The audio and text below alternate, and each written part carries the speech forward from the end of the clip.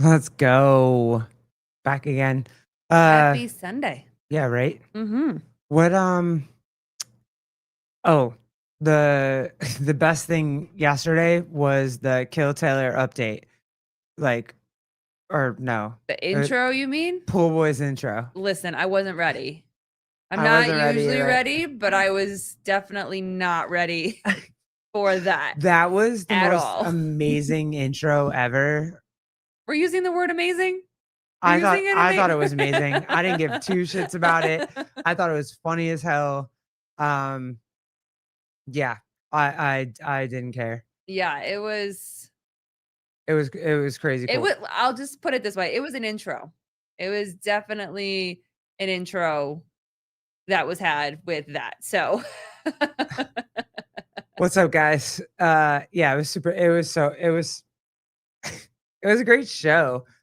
Kill Taylor yesterday was awesome. If you haven't seen it, go back watch it. It's kind of hilarious. Mhm. 5 a.m. Squat Club. What's up? What's up? What's up? Megan, ladies, yeah, we're here. We're just chilling, hanging Hi out. guys. Hi It's a Sunday. guys. Um, Okay, so my computer is really, really slow. So I'm gonna step out for a second. Gabe's in the studio. Do you want to see if you can grab him to come yeah, on? let's see. Nothing of mine is really loading. So I'm gonna step out real quick and I will be right back. All right. Yeah, bye. Everybody's internet today is like a hot mess. I'm happy I went first, though. I guess I'll take the issues first. Dude, it's good to see you, bro. Yeah, it's good to see you guys. I've been keeping up with you guys and seeing everybody you guys have been having on, and it's been cool to see your show grow. Gabe with the mic, yo, don't sleep on this guy. Like it's been super fun. You just had your baby boy. So we had him right after. So he was born, and then the 3 days later was when I jumped on with you guys. So he's a year now. Oh my god, dude! I didn't even. I remember I remember her being pregnant and just talking to you about that. Yeah. Oh man, dude. Yeah, he was born on Monday, and I think we did the show. I don't know, maybe like Tuesday or Wednesday or whatever it was. And so that My was bad, dude. I should have. We don't. Well, the other thing is like we don't post them. Like we made a decision not to like. We'll post him a little bit, but like not his face or anything. So, I mean, we might still look like two adults with no kids. I don't know. Yeah, you absolutely do. Your Instagram looks like you have no kids for sure. I get that though, because when you have your kid and then you put them on social media, it's a lot. It's a lot to decide. I worked with a couple other people and I asked them because their pages were open. And for a long time, I didn't have an open page. I had a private page. And I said, how do you guys get here? And she's like, you know what? For us, it works. For some people, it doesn't work. And it really just depends on your personality and what you want for your kids. So yeah, well, my mom hates it. Your mom my mom hates is it? she wants to post pictures of him all the time. And so when we told her like, no, we're not going to post him, like we will, back of his head or like little things, whatever. She had a hard time with it, but it's been a year. She's accepted it by now. Well, because usually at least now for grandparents and family and friends, like it's an album, it's a photo album. Whereas before we're taking pictures, we're going and getting them, and then we print them out and we bring them in and we make all these photo albums. And, if you don't have family, I don't know how close living wise your family is, but if you don't live close, it's like you said, people are keeping up with you. Yeah. Through social media. So how close is your family? Do you guys all live close together? No, actually. So I'm 4 hours north of my parents.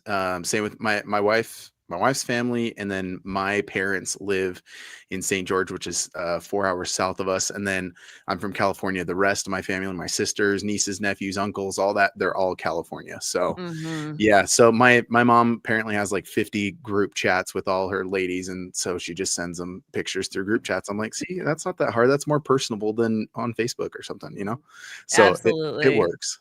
Yeah. Well, we just had a thing where like someone took a a picture from Colleen's like personal page and of our kid and put it on some random page that we had no idea like what it was. And Colleen was like immediately block it, Yeah. report report it. whatever. Yeah. Like, you I know, don't know in what mind you think it's okay to post someone else's kid at Yeah. all. I don't care. Resharing something like and it we was have, multiple kids. yeah. Like it Mhm. was not just our kid. There were other kids on that page, and it was like, whoa, dude, Mm-hmm. no. Yep. And See, I don't know how I would react when I see that. If I saw that for me, I mean, I'd be livid. I don't even know. I wouldn't even know where to start, but I know there'd be some hell to pay for some people. yeah. Yeah, absolutely. Absolutely. But I was able to get onto the page. I was able to delete the post. I was able to also go and report it.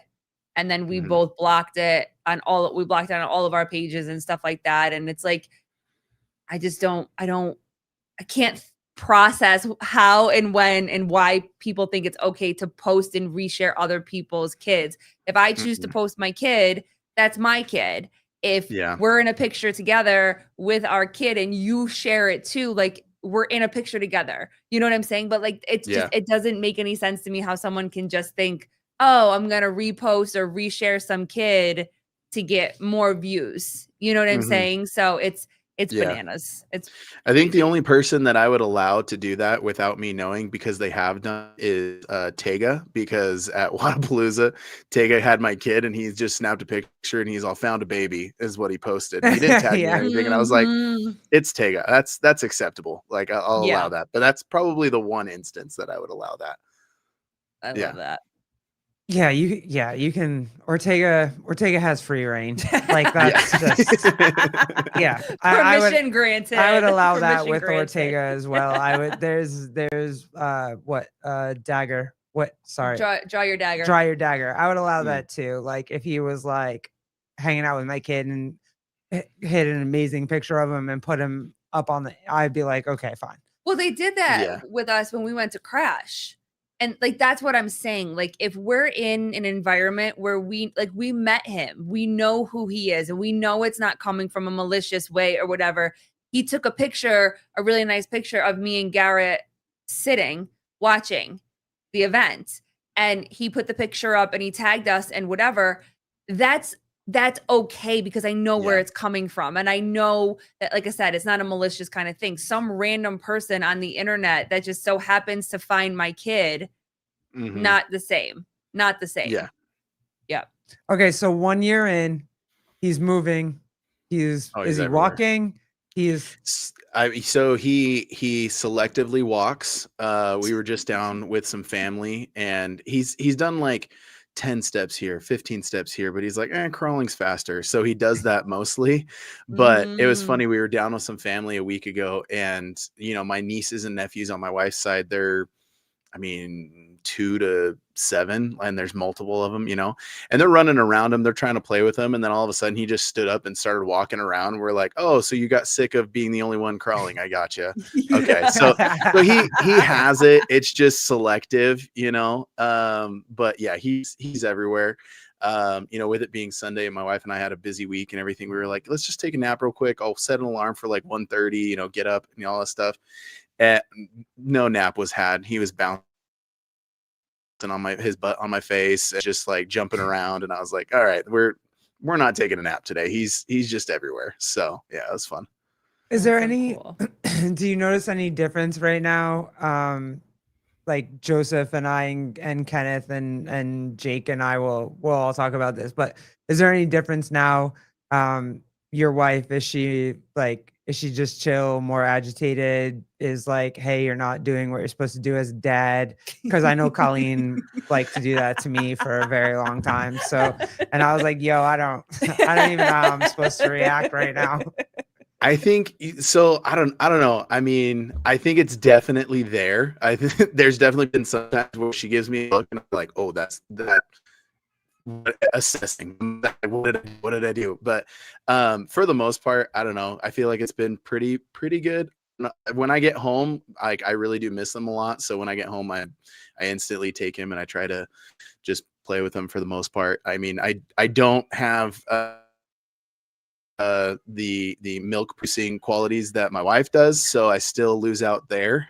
So as soon as he's wanting that, I'm like, I lose. All right, okay, I'm gonna go find something else to do. But no, it was a learning curve. It took some time to figure it out and know when I'm on or off with us being on the same wavelength. So how hard has it been this last year with building your career at the same time as becoming a dad? I know the last time we talked, and I'm with Garrett. I thought the baby was born after. I don't remember him being born before. That's so crazy. I know we talked about it, and that obviously you were expecting and stuff like that. And we did talk a little bit about like how you really wanted to grow your career, and you're becoming a dad, and you're building that relationship, and that obviously is the most important relationship for you.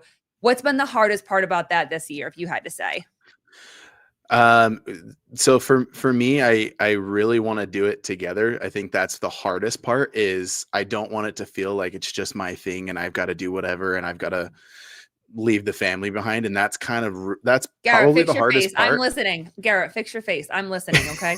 I'm listening. Go ahead, Gabe. But like, it's just tough. Cause I mean, this is something that I'm really passionate about and I'm gaining traction, and which is really cool to see. But, I've done events where I go to it and I'm alone, and I still have fun because like it's the kind of personality that I have and what I try to do. But at the end of the day, I'm like, man, I really wish my family was here. I really wish they could have done it for me. But I've been lucky enough that mostly like this last year, there's only been like 2 events that I haven't been able to take them with me. And so I think that's the struggle, is like, can I always, I don't know, because it's kind of weird in this gig. Like, it's like, yeah, we're going to fly this person out and we're going to do this and we're going to do this and you're going to be here for the weekend. And it's like, can I bring my family? And they're like, what? Like, it's just different. But I haven't run into too many issues. Like next week, we're in Boise for the Mountain West Fitness Championship, and they already know my family's coming with me. So, it's all worked out and it's great. But all around, it's just trying to stay together and still feel like you're moving forward. It's a challenge. Do I move faster by, doing my own thing and head down, butt up, or do I move a little bit slower and know that I'm not as disconnected? So, yeah. I love this. Kenneth, I hear a CrossFit crowd community makes great babysitters. Yeah, they do. They always did for us. And that was the thing. If we ever wanted to go to the gym, he always went to the gym with us. And people would keep an eye on him if we were working out, and it was great. The CrossFit community is great that way. Megan, show no emotion. No, I can't show no emotion for this. I'm gonna have to bring Gabe back. So that face was completely for me. It was not towards Gabe at all. That face when he started talking was completely for me. So no, I wonder about that, because Colleen and I have gone through that, right, with the podcast and everything, and just I have always wanted to do it. She wasn't sure about it, and so it was a big ordeal to bring her on board and just be like, hey, this is a weird thing we're doing, but I really want to try to do it.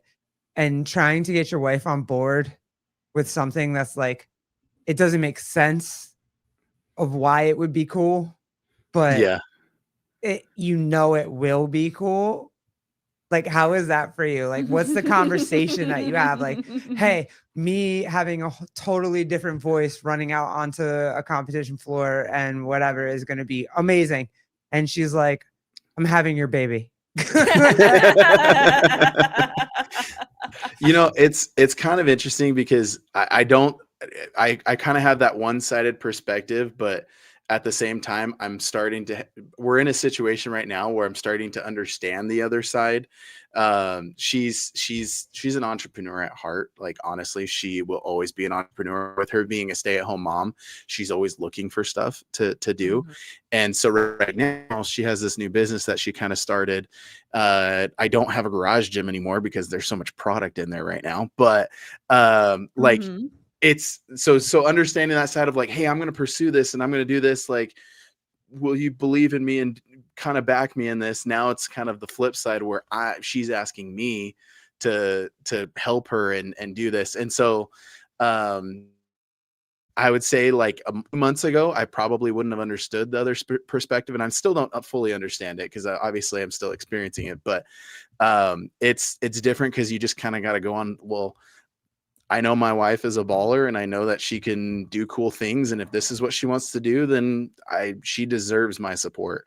Sometime that support is draining because it's like, hey, after work, I need you to run up to Ogden, which Ogden's like an hour away. Like, I need you to run up there and I need you to load the car up and I need you to drive back and this. And you're just like, Kate, this is for you. Like, you know, and like, we just barely had one of those situations. We went up there and she's telling me, we're on our drive up there and she's telling me everything she has to get. And I'm like, we have an SUV, but are you sure this is gonna? And the guys come out with like all this stuff. And I'm like, there's no way we're fitting this. And I had to get a U-Haul. Like, that's gonna get in this car. Yeah. I had to rent a U-Haul. When I get mad, I get silent. I don't verbalize it, but I'm just, Oh, you're my she favorite knows. person. You are my favorite person of all time. Like that. Yes. Oh, And so what you're saying is you're learning how to communicate. That's what we're saying, huh, babe? Did you hear what he said? I'm still not good at it, but we're learning. We've learned, going into business with your spouse teaches you way more than not. Like, oh my gosh, it really does. Oh my God. Wait, honey, did you realize this was going to be therapy for us? No. Not even a little bit. No, but we're listening. Go ahead. I'm listening. Go ahead. Yeah, my wife and I, that's actually like, we started dating, but we found each other through network marketing, multi-level marketing. We don't do it anymore, don't worry. But that's how we met. And so it was like, let's do business together. And so we started as in a business together, and then, you know, went into our own careers and those things. And it's weird picking it back up and being like, oh, we're in this together on both ends, whether it's my pursuits or her pursuits. So it's cool. It's a lot of learning, a lot of patience with each other. But yeah, it is. I'm getting there. I'm getting there. Same. Yeah. Same. Oh, Jody, what's up, girl? I see you. Hey, Glenn, girls. Oh, you're watching the game. What game? Is there a Patriots game on? I'm sure you're watching that. Did you? I gave up. Like, once there was like 2 turnovers for the Giants game, I was like, fuck it. All I care about is the podcast. Like, I don't care anymore. What's your team? Do you have an actual team or no? You know what? I know pain because we have never won a Super Bowl. I'm a Chargers fan. I've been a Chargers fan all my whole life. And even even when they started 3-0 this year, I was like, this feels good, but I'm skeptical. And then they lost to the Giants, and I was all, see, this is why I remain skeptical, you know. And you lost to the Giants to a rookie quarterback that they just put out there because people said put him out there. And he's gonna get fucked up, which he got fucked up today. I mean, he had a good day, but like, that's a rough life, my man. Oh yeah, I know.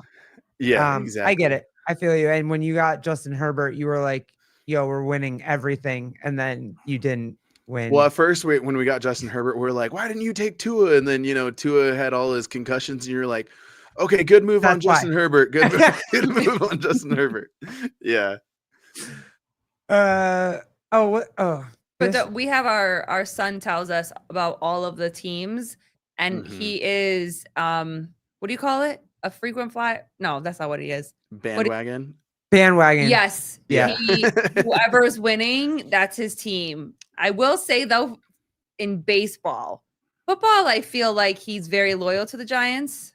Mhm. Baseball, he's Baseball, yeah. it's like who's winning and who's losing. I'm gonna pick this Yeah. team because they're winning, you know. So I gotcha. What, Jody? What's happening? Jody, G, I'm here, but not really paying attention to to the the game. to the Oh, football games. awesome. No, Love she's you. listening to us. She has her earpiece in. She's hanging out with us. She's listening Priorities to are us. straight. There you I'm okay, and go. like That's I'm not right. even gonna argue with Chase this weekend because the Dallas Cowboys like blew up the Jets, and I'm okay with that. Like I'm not mad about it. Yeah. Like if the Bills win, the Giants come close, which they didn't today, and the Jets lose, then it's a good weekend for me. Okay. What happened? Oh, hey, if Bruce Wayne, yo, if you're in here, what happened to your Eagles? What it what's going on with the Eagles right now with this game today? That's exactly Just what today. Baby G said. He What is said, happening? What is going on Did with they the Um, did, Eagles? when we were jumping on there it was tight. Did they just lose? I don't know. I don't even know, but it looked like they were about to, and I was like, "Oh, Mhm. that's not a good." Did they lose? Yeah, I think so. Oh Didn't no. they? I Oh, was like, I'll look at it. Bruce Wayne, I love you. I'm sorry. Wherever you are. That sucks. Today they lost The Eagles lost to the Broncos. Dang. to And the they had a huge freaking lead too. They had a pretty good lead. 21-17. bro. 21-17. They did. Ooh. Dang it. Yep. I mean the Broncos are my division, so I need them to lose, you know. Well, It was there you good go. when it was like our first 3 games were all division games and now we're 3-0 on the division and then now we're in true form as we're already starting to go down. So I'm like, all right, we're only 5 weeks in and we're already trending down. So we'll see how this goes. It's exactly the way, like when my dad texted me because he's a Bills fan. So of course he's gonna have a fantastic season. He's just gonna Yeah. enjoy it until they lose in the Super Bowl. But he texted me after the Giants win last weekend and he was like, "Oh, your Giants look good." And I'm like, they don't though. They don't look good. Nothing looks good. It's not. This is. Thanks. But I love you. Yeah. Appreciate you. Like. Yeah. Yeah. Like, you know my pain. Like it's just yeah, pain. it's Yeah. fair. Yeah. Okay, let me share this screen real quick with you. Is this the like, you know, the Mount Rushmore of announcers? Like what's going on here? Got So this was for Summit Games, which was here in Salt Lake. It was 3 weeks ago. It was the week before Wadapalooza.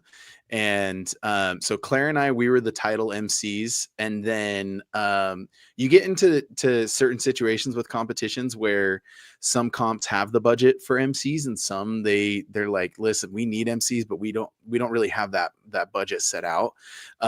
So this one, Summit Games, is an incredible competition. It's been around for 7 years. They had like a rebuild. They used to be in Southern Utah. Now they're in Northern Utah. So for this was, hey, we can afford to bring you and Claire in.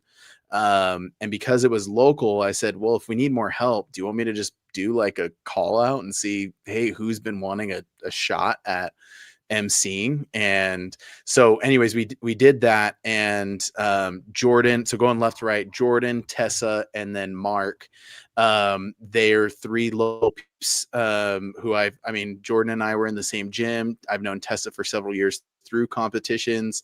Mark is an incredible photographer, and he's usually on media team for photography.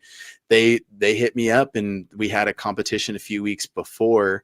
And the guy was like, yeah, you can throw them on a mic, whatever. Why not? You know, I had a few people audition and they sounded good. So I was like, guys, if you guys want, I mean, it's for free. But you know, like it's a volunteer gig, but you know, if you guys want to do it, like, let's do it. And so they all jumped on and it was cool. And Jordan's an incredible, competitor. So he actually competed that weekend and MC'd. He ended up withdrawing just because his partner had a conflict.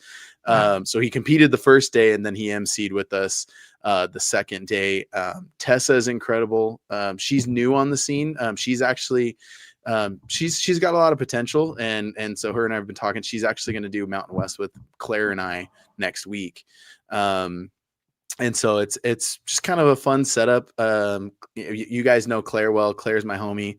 And yeah, just it was an all around fun time and excited for future opportunities. So Well, that's what it seems like. It seems like you and Claire are the dream team. So tell us a little bit about how you guys first met. Was it at a competition where you both were emceeing? Like, how did you guys meet? And then how's your relationship grown?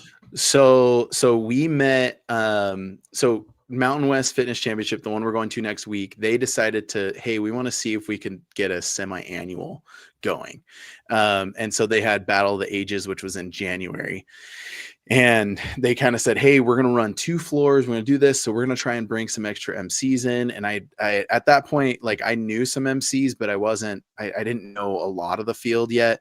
So I got a guy, we'd actually never worked with each other, but Brett Reeder, he's out of, I think, Alabama. Somewhere back around there. I got him on, and then they're like, hey, we'd love a female voice. I said, I've never met Claire, but I've heard of her. And so they reached Claire's out to her. DEI. Oh no.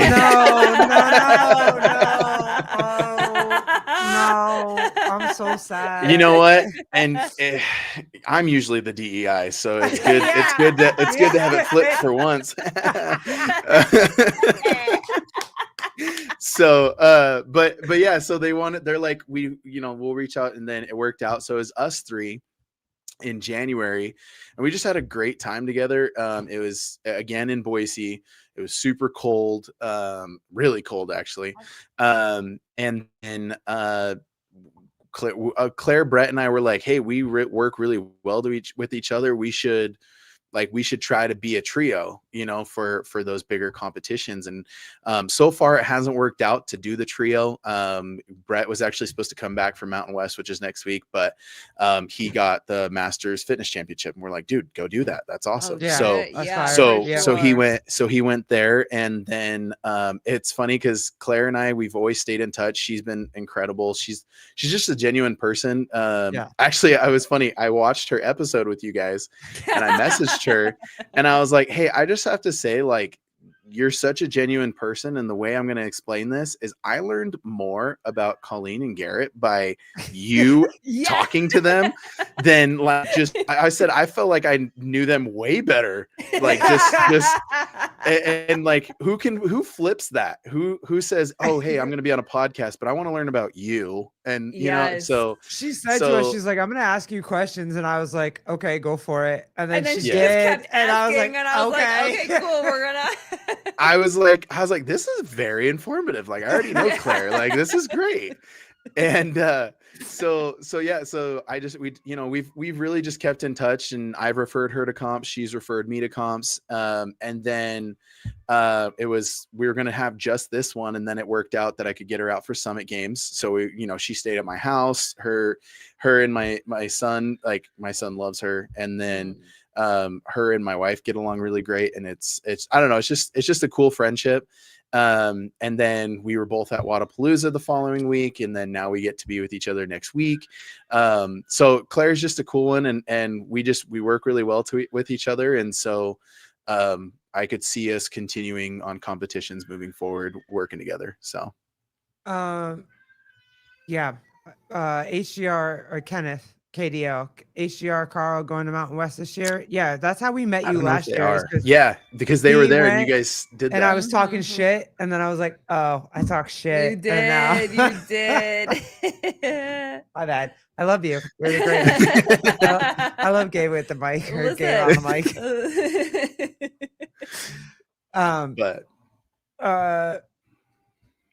I talked to I don't know who. I think I talked to somebody about this, but at the games you had, I think it was Claire. I'm pretty sure it was Claire. You had Kiki and Bella? again. So on the floor it was Kiki. For the announcers at the games. Yeah. Kiki, Dylan, Kiki and Dylan did the indies, and I think the teams was Stella and another guy I don't know, but like that combination, having 2 people work together and announce or like call the floor together, that was crazy, and they did it so well. And I just wonder, like, how much do you have to practice? I asked you the first time that we got on this podcast, like, are you sitting in front of your TV watching a football game and just practicing announcing? Like, Yeah, yeah. how do you practice that with two people doing it? Is one person just calling what's happening and then someone else is like, hey, make the stands laugh or something? So it's kind of both. So for Claire and I, we have a good kind of rapport automatically that we can just, she can be the color commentator. I can talk more of strategy and straight things and we can flip that. That's no problem. Then you have at Wadapalooza, who a guy he announced for the games. He didn't this year, but his name's Joshy G is what he goes, Joshy, whatever you want to call it. He is one of those guys where he gets on the mic and he instantly just demands the space, and you're like, okay, I'm here too. You know, like like he's really good and he pulls more out of you, but he straight we up can told talk me, shade about commentators. Yeah, let's talk shade. All the shade. Let's go. No, Let's go. but I actually thanked him after. I was like, no, like I thought I was doing good, and then he jumps on, and I was like, oh shoot, there's a whole nother level of energy I could be doing. But he straight up, I went to hand him the heat, and I'm like, hey, here it is, and he's like, I don't even need that. He's like, I'm the color commentator. Like you call what the action, you call that. I'm color commentating, and I'm like, cool, let's do it. Like, and that's what we did. He's a cool dude. And So then wait, hold on. So so you that's the have thing. that or the two. Oh, go ahead. Oh yeah, our internet's like a little bit right now, but it'll be fine in a second. But that's the thing. You guys are kind of the same as the dudes on the broadcast. Like there's a color commentator and then there's like play by play. play by play. Like you guys have Yeah. that.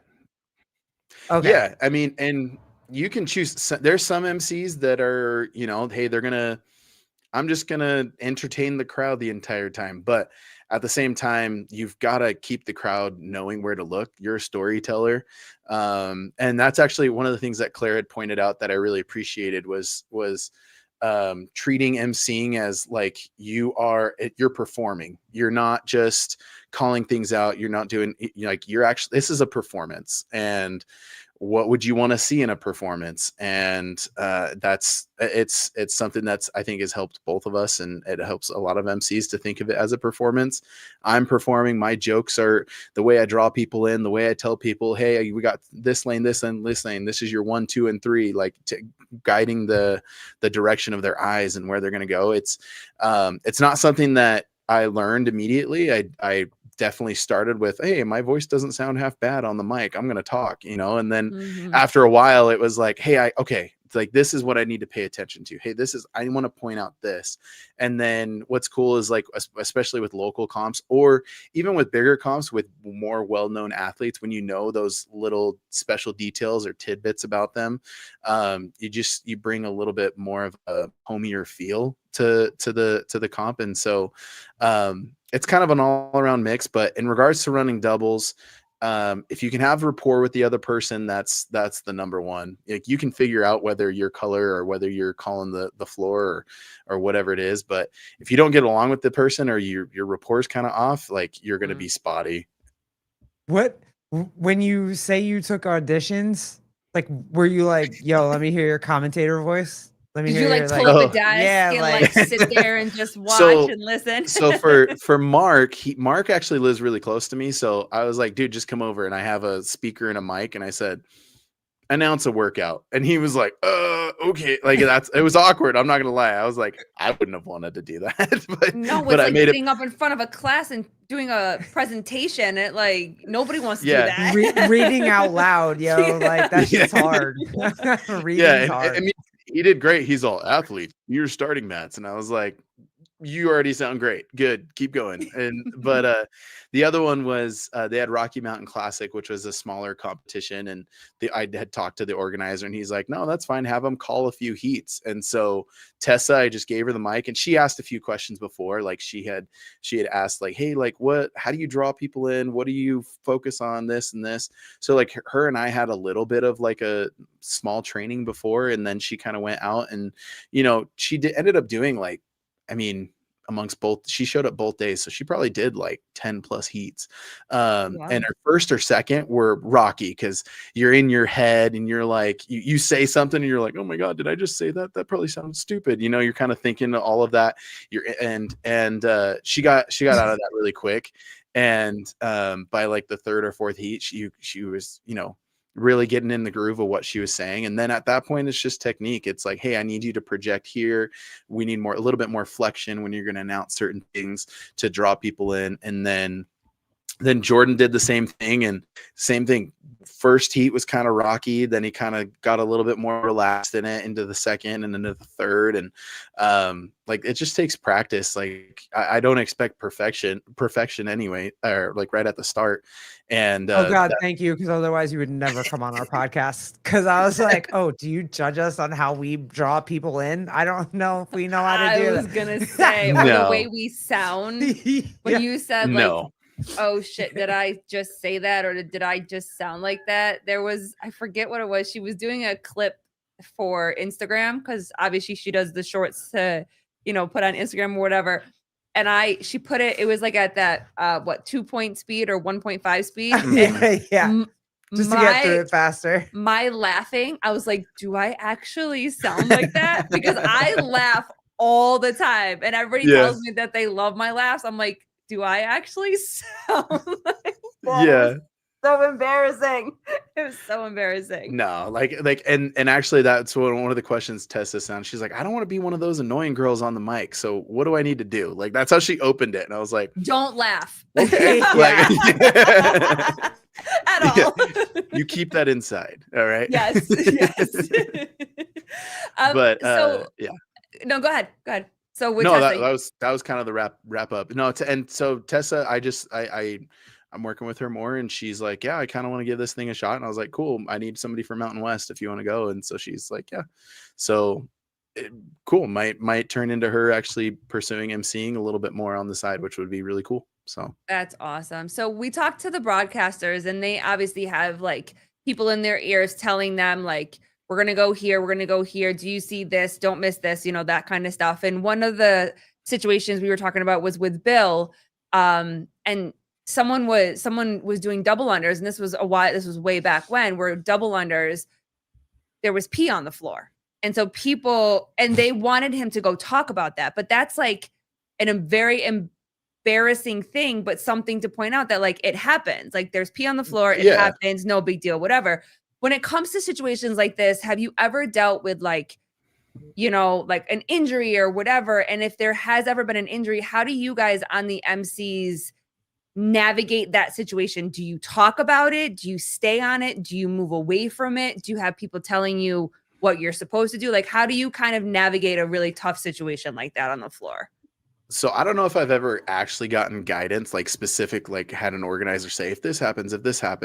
The one time, West Coast Classic last year, so the CrossFit semifinal, the week before there was a semifinal that I think it was when Panchik got hurt on the rope climb, jumping down. Then they implemented like all these emergency procedures and all of these things that you need. Hey, if you hear this, like everybody come to protect, and so nobody can see and all of that stuff. In that situation, it's just like hey, we're holding, like obviously the event is at a standstill. No, you don't. We do not want to direct attention to any of that. Sometimes it's, I mean, depending on the floor size, like Summit Games specifically, we had I won't say the company. There was a company that does rings. I don't know that they're not out of there, but anyways, there's a company that does rings that sponsored, and they had ring muscle ups.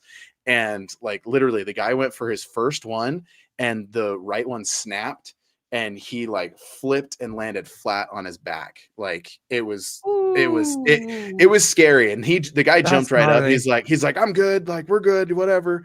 And so like, until that adrenaline kicks. And he's like, oh, actually it's starting to hurt, you know, like all that.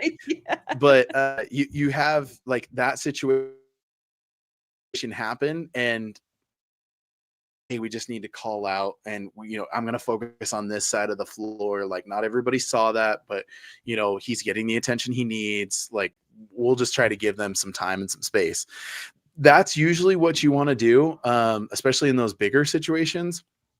other situations, you just don't draw attention to it. I mean, at that event, that Summit Games event, they had a max back squat in I think it was like a 6-minute window, and a girl hit a PR, and she peed all over the floor, like, and she had enough time to go for another lift, and she's like looking out at her family, and she's like, oh my, like I can see her mouth that like I peed, like I don't know what to do. And like I just walked over and I said, we have sanitation, it doesn't matter, go for your next lift. And then she was like, oh okay, and she hit the next, I think it was 5 pounds higher, but she hit it.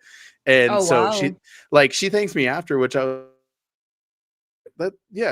I think we just overthink a lot of that stuff. And for those that are well integrated in the CrossFit space, I think that that's a normal thing. I don't know, especially on the comp side, it's usually a guarantee that it's going to happen at every comp amongst the females, like just happens.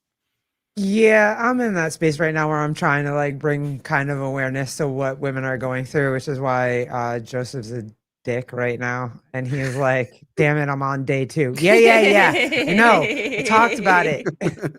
Yeah, we saw your day 2 there, Joseph. We saw your day 2. I absolutely loved your day 2.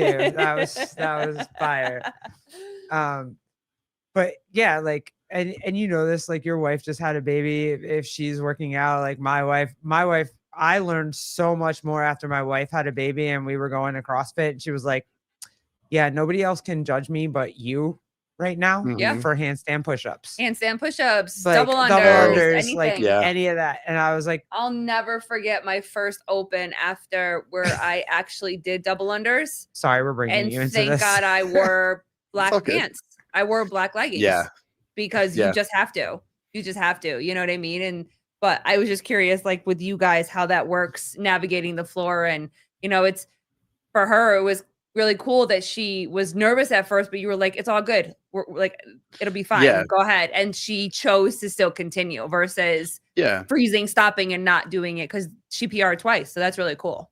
Well, I mean, and I mean, I think we all kind of go through that of like something embarrassing happens. And even though maybe 2 people saw it, we think the whole world saw it, especially when you're competing, right? Yeah. So I think that's another part. And then going back to them seeing like the example I gave with Tessa, like she said something and she like looked at me like, did that sound stupid? And I'm like, I don't care. Just keep talking. You're good. Like, and I think it's a comfort level that, you get to after a while, but you just be willing to stumble because you're at least going to fall forward. You're going to be farther than you were. So, and you seem to be someone who's willing to talk about kind of whatever. Like I remember the first podcast we did, and you talked about how Kevin Ogar was telling you like, hey, say this on the mic. Hey, say this on the mic. And then we just had, and I put that clip out there. It's not like I didn't. That clip is on my Instagram. It was an amazing clip and hilarious. And then we just had a conversation with Bill Grunler, and he said something of the same where Ogar was like, hey, I need you to say cripple at least 4 times on this podcast when you call the adaptive games. And Bill was like, I'm fucking not. Like, and Kevin was like, you are. Yeah. Right. Like, and so we had that podcast too. And then, and I'm sorry, I forget her name, but she, from his like media camp, Kevin's media camp, he reached out and was like, hey, would love for you guys to have Kevin Ogar on the show because he's willing to have all of these type of conversations. And it seems like you guys are. And I was like, yeah, we are. Cause it is fun. Like, it just, like what Bill said was, don't call them these people. They're just people that are working out and they want to have a good time, and call their race the way that their race is. Yeah. And I thought that was amazing. I mean, and here's the other thing. And this, I mean, I'll admit this. So wait, before we get all like, I'm just saying, like, call out if women pee on the floor, and call out if we queef while we're doing handstand push-ups. Yes. All of that is fine. Okay. I'll just be like, I heard that. I look at them right in the eyes, like I heard that. Yeah. Yeah. Well, but where I was gonna go with that though is like, especially in the like when you talk about the adaptive, I have no doubt that some of these athletes, most of these athletes, could probably kick my ass in some workouts. Yeah. I mean, there's one. I think he actually won the lower extremity games this year, the lower extremity division. I always forget. I just call him Chewy. That's his nickname. But anyways, Chewy, he and I actually competed against each other like 4 or 5 years ago. And he had, I can't remember what exactly happened, but he cannot bend his right leg. I think it's his right leg. And he has scar tissue all around his knee. And so he has to do everything adapted. And the 2 years we competed against each other, that dude kicked my ass in both competitions. Like I was like I have no excuse, but I mean, dude, you crushed it. Like, nice job. Yeah. And so I think that's the other Yeah. thing is like we see some kind of disability in any sense, and it's just like, oh, they're in a different division. It's like they're really not. Like they're doing just as much as we are, if not more. So For sure. It was really cool to watch. It was really awesome to listen to Bill commentate. Like it was a really good time, and also to you didn't look at them like, oh my god, they're doing something, or you did. You looked at them like hey, they're doing something amazing, but amazing just because it's amazing, not amazing because they're adaptive athletes, right? Like it was just amazing in general, because I probably couldn't do it. Yeah. Like Yeah. And I love that you. Oh God, hello Ed. Dude, yeah, that's why I can jump on a podcast every Sunday, because the Jets always lose. Yeah, that's fair. That's fair. And I love the way that you talk about like what Tess is going through and whatever, looking at you like, oh shit, did I say something wrong? And you're like, I don't give a shit, just keep talking. Yeah. And I think that there is always this illusion that the ones before us have never struggled. You know, getting into this podcast world, I was like, oh, we are going to sound like fucking idiots for And a we do. very long time. We Everything constantly is do. going to be really bad, and we are told this and gratefully told this, because all it does is it makes you want to work harder. And she was like, we suck, we need to practice more. Yeah. And I was like, okay, we'll practice more, you know. And then eventually people really care about what you say, and you get really comfortable just talking on a mic to a computer screen where people are listening into the chat, and you build friendships and that kind of stuff. And it takes a lot of messing up, a lot of fumbling to get to the next step. And we're doing that right now as we're trying to get to the next step. The same way you're trying to now getting to the next step. If you know what I'm saying? If you want to hear me fuck up all the time, join members only. Pay the $2.99. Okay. You can hear me fuck up every Monday or Tuesday when I go live on this channel for members only. So if you want to hear all the fuck ups, Okay. $2.99, members only. I mean, talk about putting yourself back out there. I mean, she goes on by herself. And right. I'll so you can see myself. me fuck up alone. It's Yeah, fine. there you go. Gabe, are you going to Mountain West Championships this week? Yep, Yes. I will be there. I was say I think I messaged their page because they posted something that had like highlights from Mountain West. I said, "Are you guys going?" Oh, okay, so they are going. Okay, and then I think that I thought they said maybe not, or maybe I don't know. Maybe I'm thinking of a different competition. I don't know, but I remember they were thinking about going. So. Damn, Meg. That was tough, Meg. That hit my soul, Meg. Like, it's not like I'm learning how to read. Like, my eyes are just like, it's like, oh, and also the premenopause thing that you sent me on DMs this morning, like, ouch, or the other day, but also super true, like super true. So that's fair. Well, I want to go back for a second. I know we talked about what was the hardest part of this year with your kid and your career and your passion for all of that. It's obviously hard to leave. It's hard to go on those trips without your family, whatever. What keeps you motivated and what pushes you out that door every time that you go to one of these really big events?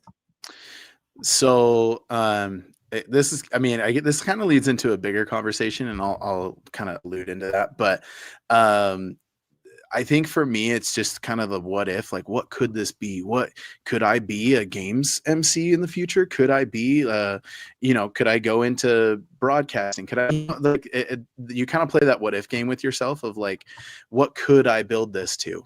Right? And especially, so I think this is where the bigger conversation comes in. One thing that I became clear on when we had our son, and I had to go back to my 9 to 5.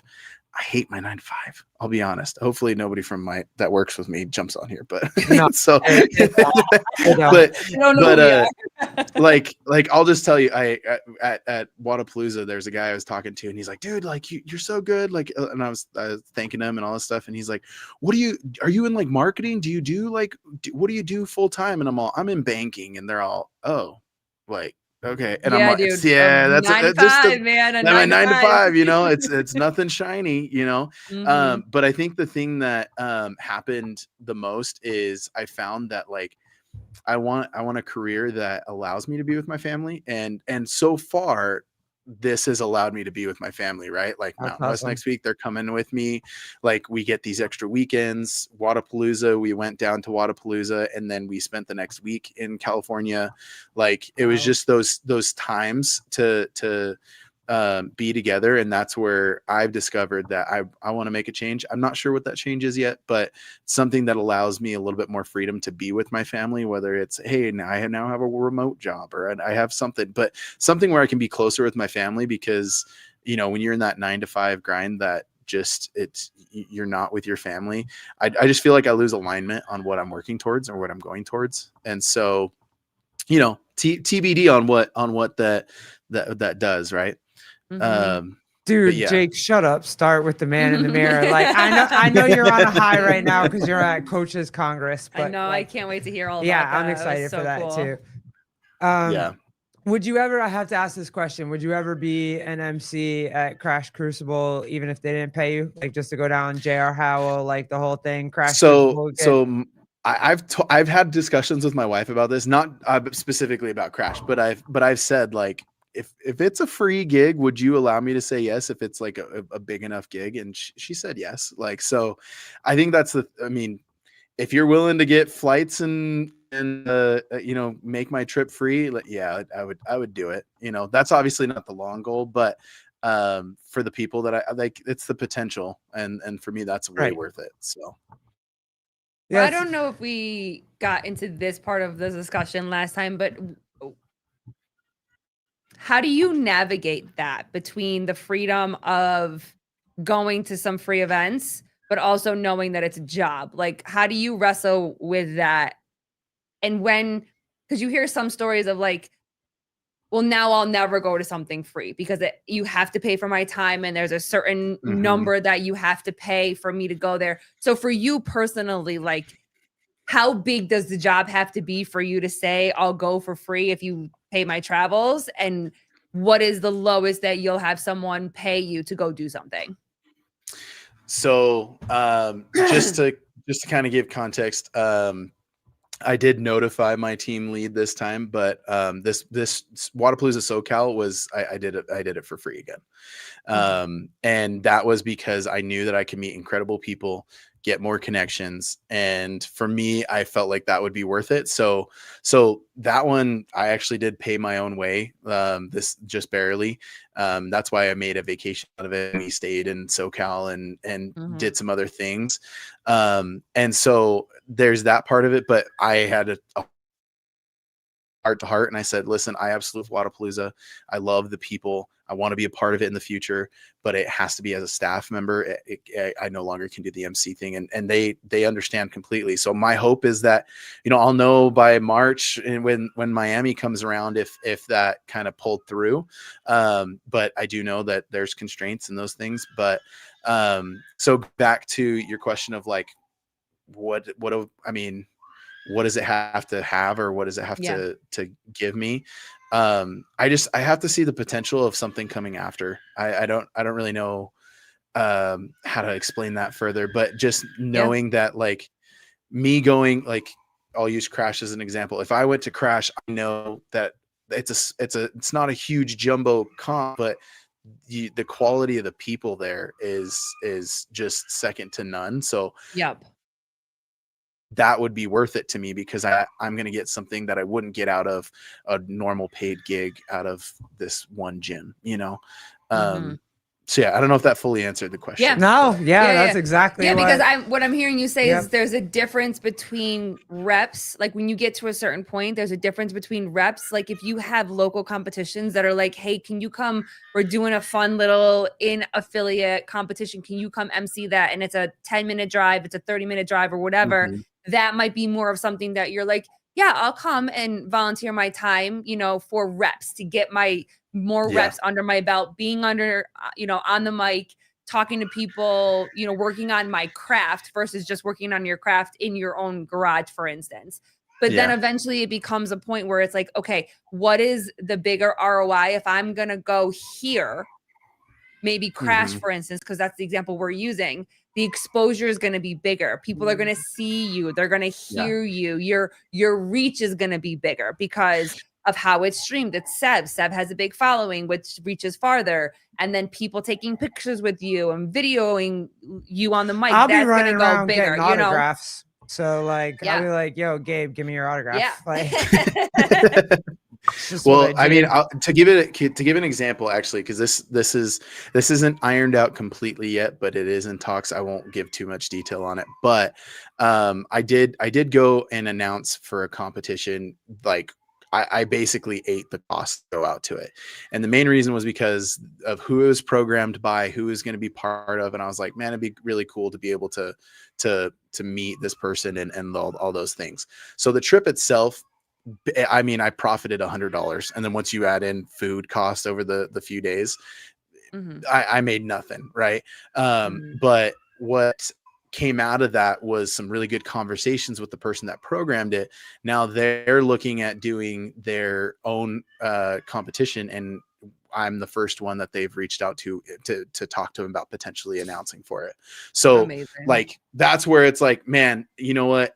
And I'll be honest, that comp itself, it had its own issues, and it wasn't the best experience, I'll be honest, especially from my side or the competitor's side. But what that coming out of it, I was like, this was worth it. Mhm. No, it was back in Washington, and I don't really care for Spokane, Washington. I'll just tell you that right now. I learned that. I was I learned that definitely on that there. trip. I was all, Spokane, not a destination I care to come back to. It's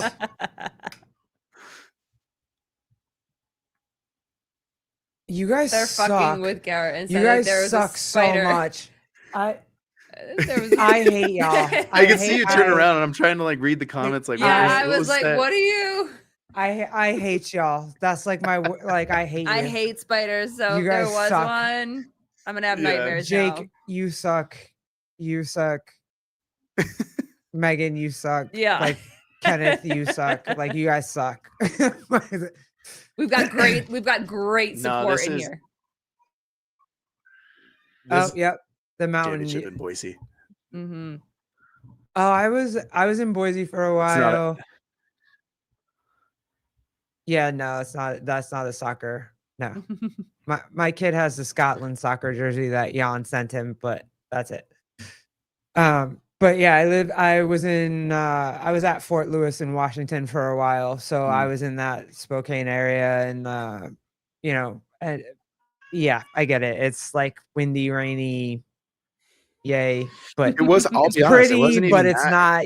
Yeah, Like it was just more so the people. It was kind of sad. I'll be honest. It was just kind of sad. Like you're having dinner, and you look out the window, and there's like 10 people cracked out, just hanging out. And I haven't been that there since like 2011 or 10. Like I don't know what's happening after 2020. all right. Whoever so took over after that, yeah, they fucked it up.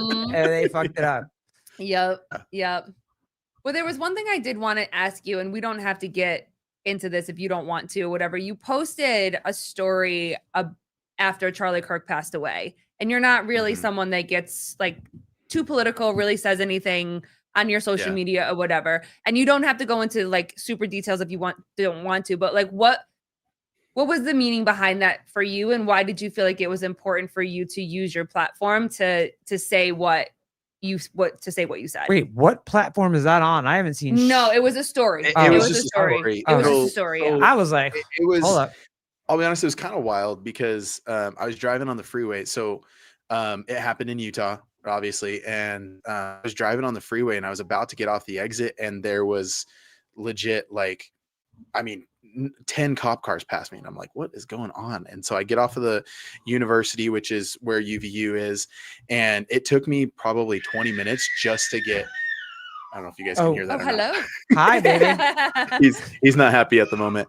But it took me like 20 minutes just to get past the university and the cop cars. And I'm like, what is going on? And then my sister sent a text saying, hey, Charlie Kirk was just shot at UVU. And I'm like, oh my gosh, I'm literally right here. There. And there's I can't even tell you how many cop cars there were. It was wild. And I had this pit in my stomach. I felt awful. And for me, it was more so like, you just have that hope of like, don't take this person. You know, I've never met Charlie. I don't know him personally. I watch his videos. I found a lot of enlightenment in a lot of the stuff that he would post. I didn't agree with 100% of everything that he said, but I do feel like he was thought provoking for a lot of people and he made people think. And I think that was the hardest thing for whoever did it or whatever. I'm not going to dive into the conspiracy side of it. No. Right. It was the coolest thing about him, though, was that he did make everybody think. Even if you didn't agree with him, you had to think about it for a second. Well, so, and I don't want this to sound like a weird comparison, but I felt the same way about Charlie Kirk passing about when Lazar passed at the games. Like when he like I don't know him, I don't have a personal connection, but what he means to that community, what he means to them, like I had that same feeling. That's the only way I can explain it. Was like, I had that similar feeling of like, we just lost somebody big, and maybe they weren't tight with me or anything like that, but I know that impact is pretty big, and that the world is now for the community that he was a part of, and the devastation is huge. Yeah, for sure. Yeah. And so when I made the video, I'll be honest, I kept like retaking the video because I would just get mad as I'm saying stuff in the video. And that's why, I don't know if you saw the post short, like a little bit after, but like I say, I couldn't keep it together for a video. These are my last thoughts. And so I posted the last of my thoughts about like just breaking it down to humanity. Like this, it's not about right, left. It's not about this person agrees or disagrees or whatever. It's like, no, this was a family man that has just been taken from his family. Like that's my perspective. You can have a different perspective, but that's the beauty of our country. But at the end of the day, like that's just where my mindset was.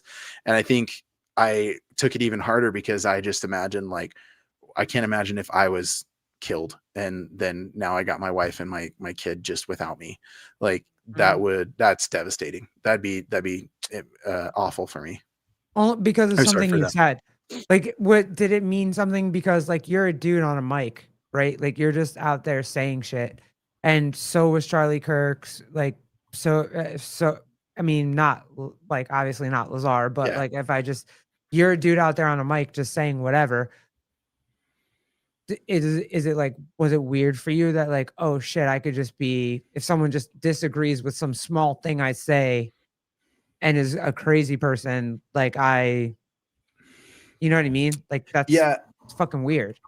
I think it's just surreal to know, because I don't know. I mean, you hear about, oh, somebody tried to assassinate this politician or this politician, and it's kind of like, okay, whatever. But I think that's the other thing about Charlie is Charlie still felt like a normal person. Like, you know, it didn't feel like he was this high level ranking position. No, he wasn't. And so the fact that this happened, it brings it home a little bit more, because you're like, am I outspoken in a way that this could turn on me, you know? And I think for the first day or so, it was like, I should be quiet about this. I don't want to post about this. And what's funny is I don't feel like I have a huge following. I have like 1,400 followers or something like that. It's huge to me. Mm-hmm. Get Well, it, but guys. Big to us. Get it, guys. but like I had like I was like at 1,395. Like I was just about to hit 1,400, and after I did those posts that day, I lost like 10 or 11 followers, and I was like, just because Yeah. I said how Yep. awful this was, like, and you have the freedom to do that. If you want to unfollow me because I said something, cool, you can do that.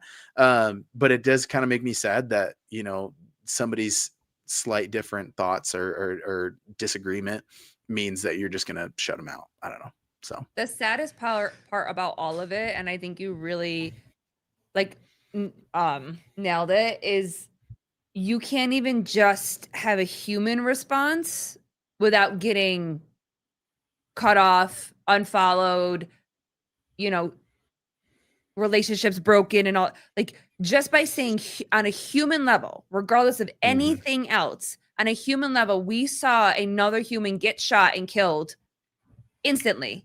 yeah. In a way that none of us have seen before. And then they make the comparison of, you know, the other awful things that they show about Gaza and Israel and all of those. All of it's bad. It's all bad. Single piece of it is bad. And so the hardest part for me is this comparison of like, well, you're not this outraged because of this, or you didn't have emotions and feelings because of this, and you didn't say anything because of this. And it's like, it's all bad. It's all bad. A human lost their life in all of these awful videos that you post, and just on a human level, for some reason, we just can't agree on a human level that death and killing innocents for no reason whatsoever is bad. Like, we can't do that anymore. That is the most heartbreaking part for me. And also, I can share what I want to share, and I can talk about what I want to talk about. And if I want to talk about this, I want to talk about this. And if I want to talk about that, they all do it. Like, I can talk about whatever I want to talk about, and whatever is meaningful, like, to me personally. Like, yes, it's all meaningful. I hate death, but like, if I want to talk about something that was like I had a feeling about, then I can talk about that. Yeah. And you can talk about whatever you want to talk about. Well, and I think, I mean, especially when you're in any kind of media space, you're like, I've got to watch what I say. Like, that's partially why I don't post anything political. I mean, I have, if you guys have seen, I've started posting food videos. This is kind of, but that's amazing. But I've been posting food videos because this butcher, like we had talked, and he's like, yeah, we'll give you free product if you start making cooking videos and all this stuff. So I started doing that, but he's like, hey, I need you to make sure like you keep your profile not political at all. And I was like, okay, well, I don't do that anyways. And then what's interesting is like with the Charlie Kirk situation that happened, then I was like, am I in trouble? Because I feel like I need to be a little bit more outspoken.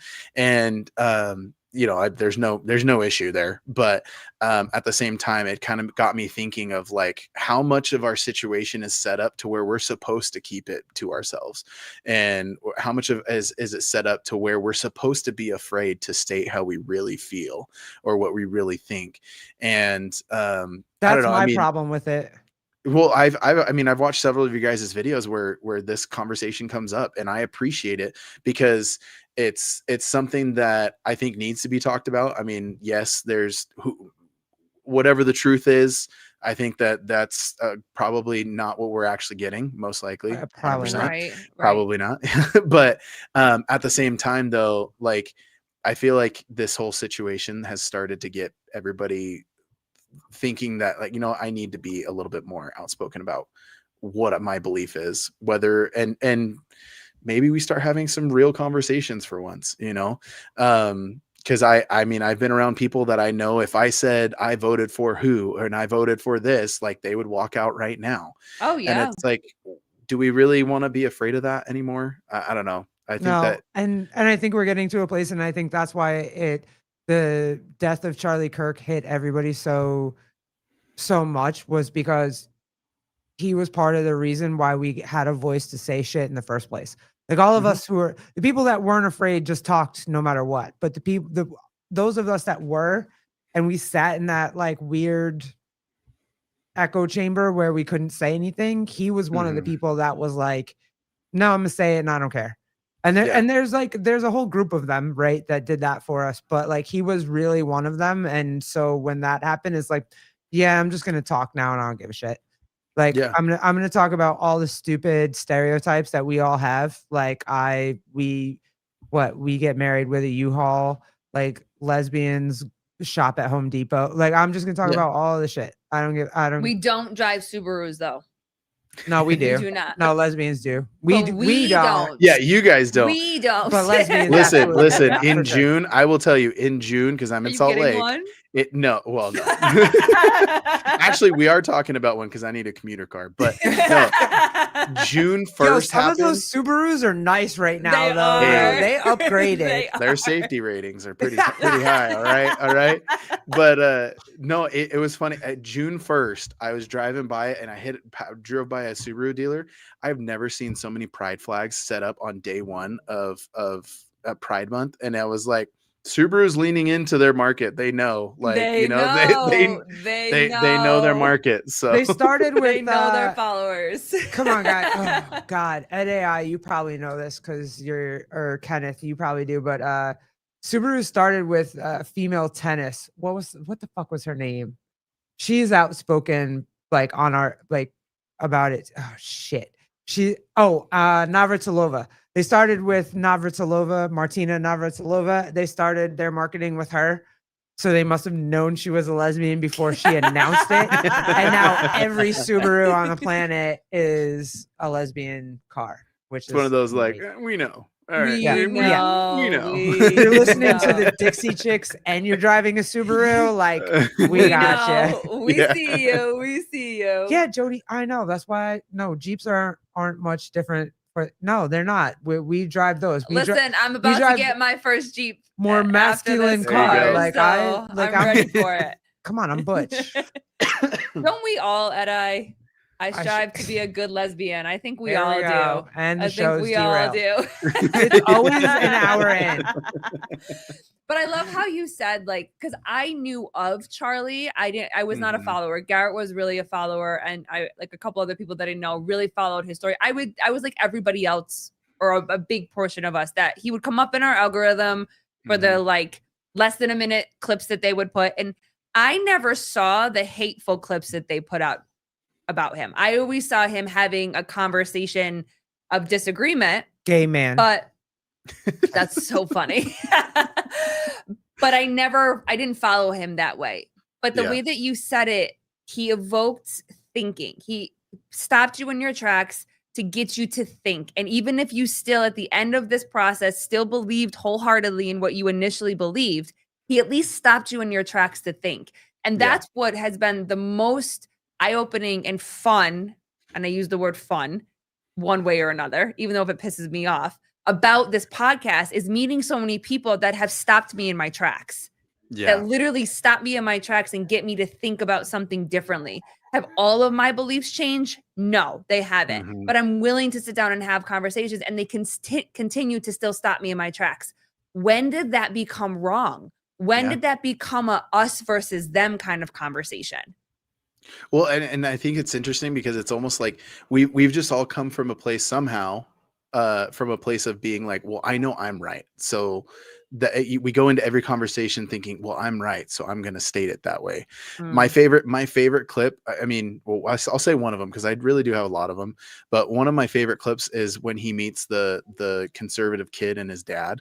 Have you guys seen that one? Well, yeah. Yes, and he's so. Well, so he says, you know, why don't you agree with your son or agree with your son or something like that? And the dad's like, well, I don't know where he went wrong and why he thinks this way. And he's like, whoa, let's stop that. So do you understand your son's perspective? Like, do you understand? And he's like, no. And he, I don't know. It just right there, it like shattered all of it right there of like, you don't understand his side. He's not taking the time to understand your side. Like, and I didn't read into it, but I think I just barely saw a post with them like talking about how much their relationship has changed and improved, even though that's cool. Their views still. The guy, the conservative kid, he has a huge following. So I'll have to check it out. He popped up on my algorithm, and but yeah, it was like an update, and it looks like him and his dad are in a much better place, which was really cool. And but like that was what Charlie was doing. Like, he just wanted people to think for themselves, not think based off of what your phone told you, because you're on it way too much, right? Yeah. And also, I you don't can know. disagree on certain things and not hate each other. Yeah. You know what I mean? Or like you don't understand something. Like some of the stuff that he said before I went and actually looked it up to see what he was talking about, especially his civil rights, Mhm. the civil rights Clip, clip whatever. that he put out, and everybody was talking about, and he's like, he doesn't believe in civil rights, and he doesn't believe in. No, that's not what he said. He said portions of the Civil Rights Act Yeah. didn't help black people, and they didn't help black people. They Mhm. incentivized shit that was horrific for the black family. Yeah. And everybody just wants to say he's racist. It wasn't that. Like, Sorry, I don't know if you. That's my kid right there. He's oh, yes. And the babies and the dogs. And a dog. I love it. That's a house right there. That's how it's supposed to be. He's like, yo, dad, let's go. He's like, yo, let go. me out of jail. Yeah. Like, what? Yeah. but Yeah, no, baby I'm going jail. back to what you were saying though. Like, going back to what you were saying though, like that. I think just look at the facts. Like, I think I'm guilty of it too. There's been a lot of times where I see a video and they state some fact in this, and I'm like, that's awful, whatever, da, da, da, da.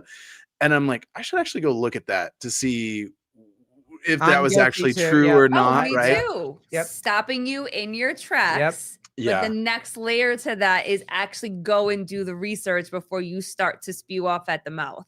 That's Yeah. the difference. And that's where different groups and different people can. Yep. I'm Yeah. sure he has a baby mic already. You know, I'll send you guys the video. But I was actually my wife was getting ready for bed, and I was hanging out with him on the bed, and I have a mic that I do for interviews, and so I did like a newscaster, and I was all, we're here in the master bedroom. What do you think of this? And I leaned it over to him, and he just goes blah blah blah blah. Like, immediately, and I was like, That's he amazing. knows. That's so good. That's so good. So yeah, that's fun. He definitely has been picking up, and there's actually, I'll send you guys another photo, but there's a photo that somebody took at Summit Games where I handed him the mic, and he just was like, yeah, Yes. Let's He go. knows. He knows. Yeah. All right. Well, Amazing. the last political thing that I will pull up is this, just for fun. And I know since D Reed is in the comments, he'll enjoy this too. But this was so hilarious. Oh shit! Who sent you? All these since 1916.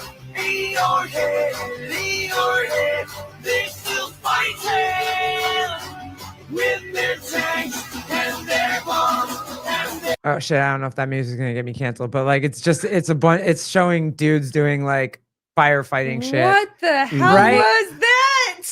Like, you Just- watch this shit. Like, Yeah. it's insane, and it's like, yo, I can't do that. What the? What Babe, are you doing this? Like, I just want to know. Like, are you doing this? Is this some shit? Yeah, you're. No, and my favorite part on the very beginning part with all of them going up the ladder is the guy that was passing the buckets got half of the buckets Look at going that. Oh, yeah, on him yeah. the whole time. Yeah. What the fuck? There's no. That's insane. These dudes are nuts, and like, Holy shit. look, and the car just keeps going. Yeah. That's like Oh, this. watch. Yeah. So when they're going, the one in the gray shirt just gets half the water on him the Yeah, whole the whole time. time. But he's rolling. Look, He he's does. just Look how many shoulder fucking presses I'm he's just- doing with this hey, water he thing. knew his job and he was cool with that. Yo, man, I ain't out here doing this shit. That's Nope. crazy. That's crazy. No, and I will say the firefighter. Thank you guys. Appreciate y'all. Yeah. the firefighter competitions that there are intense. There's actually, you guys, she could be a good one on the podcast, but my wife's cousin married this rookie. girl, right? Mhm. And her sister is like a really big, I don't know if she hasn't done the games yet, but she's a crazy firefighter out of Texas, and she does all the firefighter game stuff, and what they do is intense. And anyways, respect to them, but she's definitely one of those ones that's an outlier in some instances, you know, because going on to the DEI conversation, it's like, yeah, we just want the best person for the job. Well, she definitely is the best person for the job. So, There you go. There you Oh, go. CrossFit. Hi, I've missed you. How is this fighting fires? It's not. It's just a competition that I thought, like, hey, women probably won't beat the men in this. So, like, that's all. What? Oh, yep. CrossFit's back. Yeah. Well, my wife's cousin married somebody, and it was her sister. Yeah. Mhm. You followed it perfectly. See, Yeah. I explained it just fine. Yeah. Yes. There's no confusion. You got it. So Exactly. I mean, Twice removed across that. Everybody followed it just fine. We all Yes, we all Gabe. followed it. You, Yes. you have to come back Exactly. on multiple Is there an issue? times. I don't like- see the issue. Everybody else followed it. We're good. If I held a family tree, you could find it. You know where it's going. So. Yes. All right. So you're heading to the Mountain West Games. Is that what it's championship? That's Yeah, next. the Mountain West Fitness Championship next week. Mhm. Claire and I will be doing that along with Mike Osman, who's a pretty experienced MC, and then Tessa will be there with us as well. So we got a four person team for next weekend. It's gonna be fun. Oh, that's fun. Awesome. Yeah. I always if you're there, like shit, Will, if you can jump on at night and like have like a quick like 30-minute like what happened, whatever, I'd love to do it. I don't know. Yeah, keep us posted. Just let us know kind of Yeah. if you get any time or you think you might have some time. Whatever. Yeah. So the houses are split by photo video house and then DJ MC house. So Claire and I will be all crashing at the same place. So Oh, we can cool. we Oh, can that's message. Yeah. fire. Yeah, Yeah. for sure. For sure. Yeah. I've been bothering her, but I've been bothering her while she's actually doing competitions and like She's working such a out. She's video on the like a other day. 6-week run. Like I think she's on Yeah. a 5 or 6 week run. And I was like, hey, I'm with you on 3 of those. You know. Mhm. But yeah, I I was think like, girl, we're just living vicariously through you. Just hit us up when Yes. you have a Yeah. moment. yeah, because I think she has Mountain West, and I think she still has one after that, and then she's done for her run. And I'm like, good Lord, I couldn't do that. She Yeah, probably is not going to she's- talk to anybody after that. She's going to take like, Yeah. I'm just going to You know, lay and she- down and be by myself. Her and I had a conversation about that, about like, you know, we're on the mic and when we get done, like our social batteries and all that stuff. Yeah. And we had we had a little like get together after Summit Games. And you know, she stayed at my house and we had the barbecue at my house. And it's so funny because we had that conversation and she told me, she's like, when my social battery runs out, like I won't say much. I will just ask you nonstop questions. Like I'm just gonna do that. And it was funny because we probably had maybe like 15 to 20 people there, right? That came. And there was just one moment that I looked over and she's talking to somebody and she's just like this. And she's like, oh, and and then silent or whatever. And I was like, her social battery is up. And Yep. yeah, I was like, she's done. Yep. That's awesome. That's awesome. All right, dude. Thank you so much for this. Thank you so much for your time. Really appreciate it. I'm Yeah. clipping the fuck out of this. I didn't. Oh my God. It was I so didn't. good. I didn't do it the last time. I'm definitely clipping the It's shit out of so this tonight. good. So So good. I Yeah. appreciate you. We'll definitely invite you back on. You are so cool, dude. Yeah. Stay in I touch. appreciate you guys. You guys, last year was my first time ever doing a podcast, and that was with you guys. So I appreciate That's it. awesome. Thank you. appreciate you. But it was Yeah. probably our first time doing a podcast as well. So like, we had a couple. You were like number 3. we had a It's like- couple other people that we had reached out to and talked to. So but all thank right, you, bro. hang out Love for a it. second, Gabe. Yeah. Bye guys. We'll see ya. I'll see you tomorrow. Yeah, tomorrow. I'll see you tomorrow. We're gonna And talk then we to, have. Oh yeah. Oh, go ahead. No. No, we're gonna talk to Matt Philly. He is the founder and CEO of Primal Mobility. It's gonna be great to talk to him. I have not. And not. the truth comes out. No. What do Does they this mean I say? get a sticker? Do I get a The sticker or dick- something? Like, I will send you a toaster. The truth will Yo, set you free, honey. if you The want- tru- Yo, if you want to hear those stories, $2.99. Go on to members only. I'll tell all I got the was the stories. shirt. Is There what you I was gonna say. Sorry, Matt Primal. yes. Matt Philly from Primal. Yep. Yep. And then on Tuesday, we'll have Kevin Ogar. We'll get to have all Yes. those conversations. We're very excited about that. Super excited. So we'll see you on the and next then one, we'll guys. keep you posted. Deuces. Bye.